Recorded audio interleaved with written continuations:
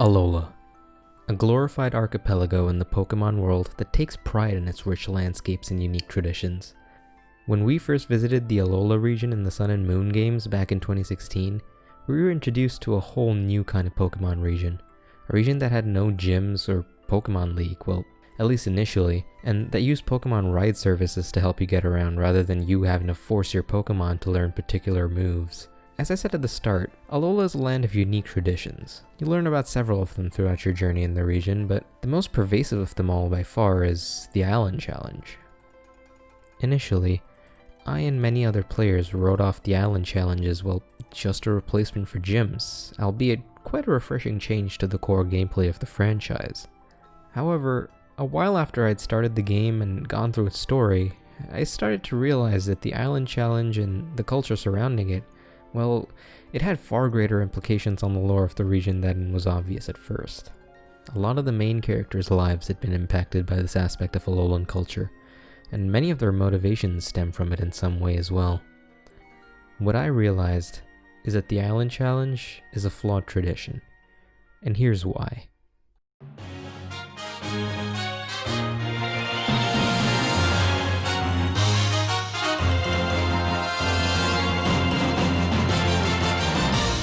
The Island Challenge comprises a number of separate trials across the islands of Alola, each of them having a trial captain and being associated with a certain Pokemon type.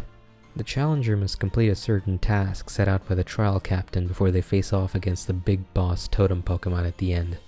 These tasks can be pretty much anything, from collecting ingredients for a recipe in Mallow's trial, or finding and photographing the totem Mimikyu in Acerola's trial. The totems themselves are basically Pokemon that are powered up by a special aura. These totems are the real final battle of a trial, so instead of battling a trial captain like you may have expected, it's these totem Pokemon. After completing all of the trials on an island, the challenger must face off against the island's Kahuna. The Kahuna is supposed to be the strongest or most capable trainer on the island, and it's the island's guardian deity that chooses them for this position. Being a Kahuna is more than just being the strongest trainer too.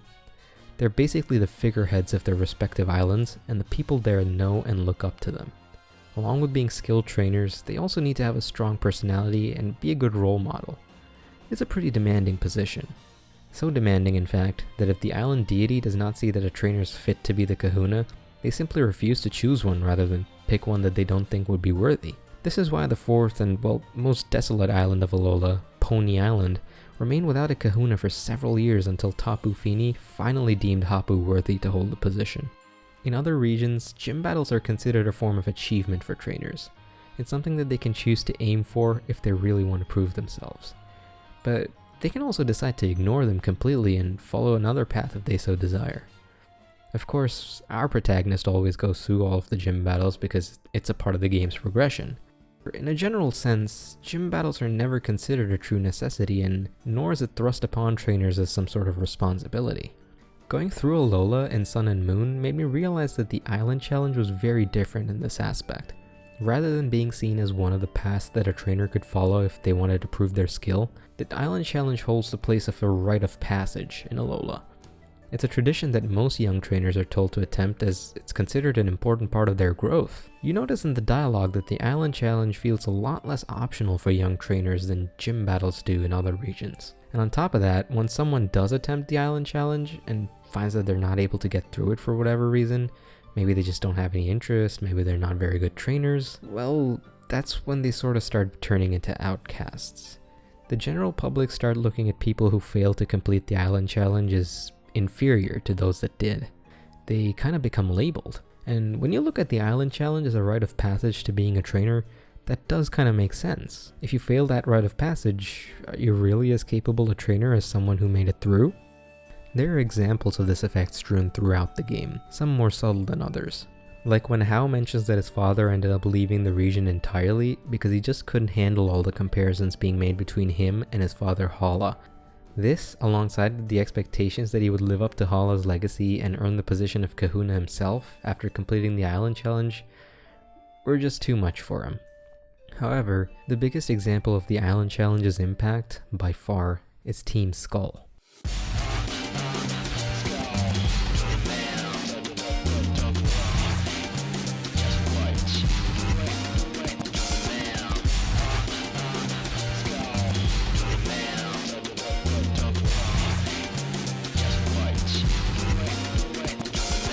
Skull is a byproduct of the regressive nature of the island challenge. Easily written off as hopeless, no-good thugs by the population, Team Skull's entire shtick is that they're rejects. They're people that didn't fit into Alolan society and turned into outcasts. Outcasts that managed to find others like them and band together to become what they are now. That's one of the reasons that a lot of the members of Team Skull are so close. They don't really fit in anywhere in Alola, and all they really have is each other. While some members may have gotten into Team Skull for other reasons, it seems like a majority of this group is made up of people that just once attempted the Island Challenge and failed. They eventually got fed up with it all and just left everything behind to be a part of Team Skull, going about with their brothers and sisters, being a general nuisance to the rest of the population that they've grown to resent. And this is by no means excusing the behavior of Team Skull either. They may be the byproduct of stringent tradition, but they're still youth who took the wrong path in life and just basically wasted themselves away. In fact, the most important moment for Team Skull to me is when you first enter the Pokemon Center in Ponytown and a couple of grunts start rapping about their misfortune. Goofy as the lines may be at first, clearly played up for effect, the undertones here are pretty gloomy. These grunts are simply reflecting on their way of life in Ponytown, having no money, electricity, and being far away from any former family or friends.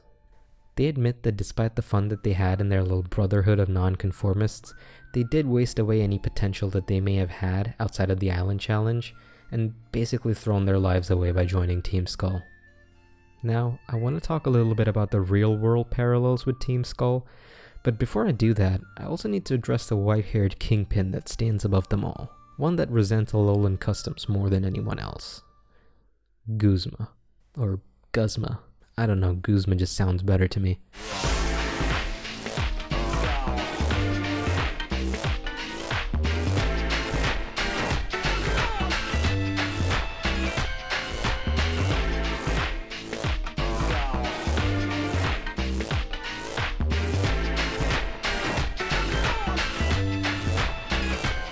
Guzma was the force that gathered and built Team Skull in the first place. He was the beacon that attracted others who had grown tired of feeling like failures, and he gave them a place where they could feel like they belonged. I feel like most people have visited Guzma's family home on Route 2 and have noticed the hints at his troubled past littered across its rooms, from bent golf clubs and a shelf of runner-up prizes, to a father who claims that he tried to quote-unquote put his son right. This house is a great example of show-don't-tell character building, and it's something that makes exploring multiple houses all the more rewarding. After all, visiting this house is completely optional, and when you do, you're greeted with a number of details that help you build up the kind of character and backstory that Guzma has, without being overly heavy-handed with who it's talking about. Also, you first cross this house long before Guzma is actually introduced in the game, so it even lacks any real context if you visit around the start, and the game allows you to connect the dots afterwards when you start realizing the connections that exist here. Anyway, before I get too carried away with discussing this, let's move on to talking about Guzma again. Besides his troubled past and always being second best, as evidenced by his numerous trophies, none of which were ever first place, Guzma also tried taking part in the Island Challenge and even attempted to be a kahuna. However, none of these things really worked out for him, as he was rejected by the guardian deity and he never got to become a kahuna. A mixture of his troubled past, volatile mental state, and serious inferiority complex, Guzma finally broke, and he decided that he was done with the quote-unquote sham that the Island Challenge was. That is where Team Skull began. Guzma wanted to prove to everyone that he was the strongest trainer and that the Island Challenge meant nothing. Guzma is of course a very capable trainer for sure, but he just wasn't the best. And his reason for being denied the position of kahuna was most likely unrelated to his skill as a trainer, but more to do with his personality not being up to snuff. As I said earlier, a kahuna is meant to be a figurehead and a role model besides just being a good trainer, and it's a heavy position to hold. It's not for everyone. A whole life of being second best to someone else had led to Guzma developing an inferiority complex, and he began to crave people's acknowledgement of his skill and strength as a trainer. That's what led him to create Team Skull, and also what allowed him to be so easily manipulated by Lucamine when she noticed his skill and commended him about it. Guzma's inferiority complex was probably not caused by the Island Challenge alone, but the level of importance that Alolan residents and Alolan culture in general give to it, well, that was sort of like the final straw. The Island Challenge being treated as this ultimate rite of passage most likely made Guzma feel like it was necessary for him to complete it and to be a kahuna in order to win the approval of those around him. And when he failed at even that, he decided to take matters into his own hands and violently prove his strength to those that doubted him. Guzma is an incredibly well-developed character in my opinion, and he could have a whole video of his own. But for now, I just wanted to focus on the Island Challenge's impact on Alola and its people, so let's get back to that. For all the importance given to the Island Challenge in Alola, it seems to not even be recognized internationally. Trainers like Kahili left Alola to go abroad so that their skills would be truly recognized rather than sticking around to complete the Island Challenge, something that Professor Kukui admits only really holds any significance within Alola, which is why he created the Pokemon League. Kukui wanted to prevent trainers from having to go abroad to get true recognition for their talents, so he brought the Pokemon League to Alola, a standard that's understood and practiced in every other region. I find this fact cool because it seems to draw interesting parallels to how life is in real-world developing countries. A lot of talented individuals in developing nations just end up going abroad to developed countries where their talents would be better recognized and they have a larger scope for growth rather than staying in their home country where they have fewer opportunities and more than often lesser pay. This results in their home country suffering because most of the skilled workforce just migrates elsewhere. Now of course, Hawaii is by no means a developing state, being part of the United States and all, but it still somewhat applies to it as well. The job market in Hawaii is pretty poor, and that coupled with very high costs of living means that a lot of younger people are tempted to move over to the mainland for a better quality of life. These sort of cool real-life parallels also show in the other aspects of the Island Challenge that I talked about earlier. The cultural pressure of having to take part in the Island Challenge feels a lot like when parents force their children to take career paths or classes that they think would be the best for them. It's not very common for parents in Western countries to do this, but it's still quite prevalent in regions like Asia. Much like in the games, in real life, these sort of decisions that are forced upon children by those around them just breeds resentment and unhappiness, and it makes them more likely to grow up rebellious. The implied strictness of the culture around the Island Challenge also seems to take cues from the real world.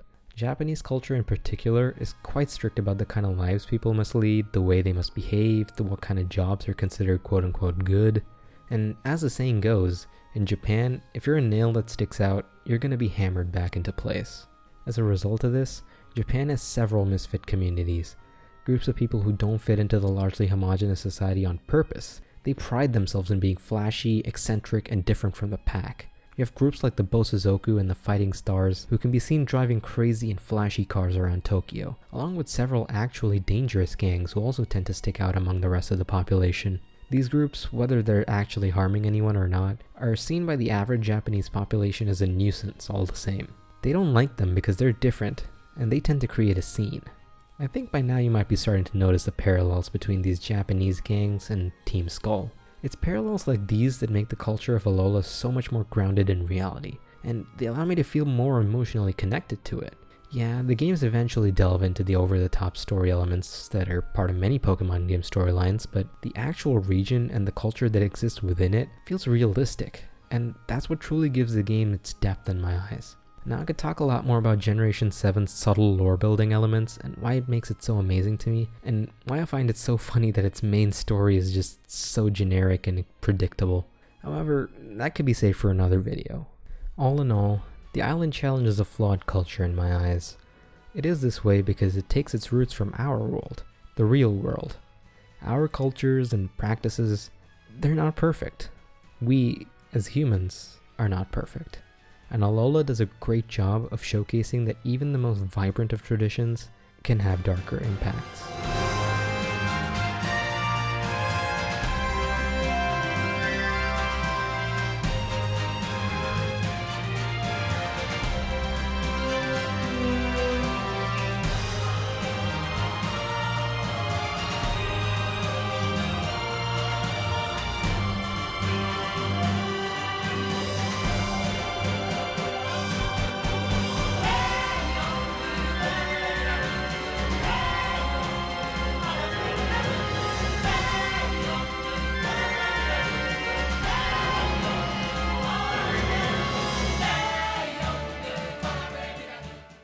Hey, you guys stuck around to the end of the video, huh? That's really cool of you. I'm glad you were that interested. I just wanted to talk a little bit about the background of this video and like where it came from and stuff. So basically I wrote a blog post back in 2016 about this topic, and back then I was like really passionate about it, and I was really proud with how it turned out because It's one of those first kind of analytical posts that I made. And this video is a whole lot more detailed than that blog post even was, so I guess by proxy I'm proud of this as well.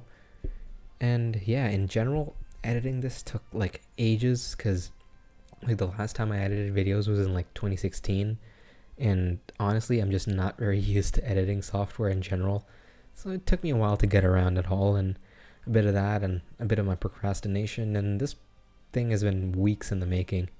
So yeah, I really hope you guys liked it and are like expecting stuff in the future. Like I hope people are expecting stuff in the future, probably not. But yeah, I'm probably going to be working on similar like analytical videos in the future. So I think my next one's probably going to be about Gladion and Silver, like a sort of similar, not the same kind of comparison, where I talk about the similarities, which of course there are many. Everyone's talked about that, but there's also a fair bit of differences between them, which not a lot of people have talked about, so that should be interesting. But yeah, thank you guys for watching, man. If you liked it, like and subscribe. The usual YouTube stuff. You don't need me to tell you. If you liked it, you probably subscribed already. But, thanks for watching, and see you guys in the next one.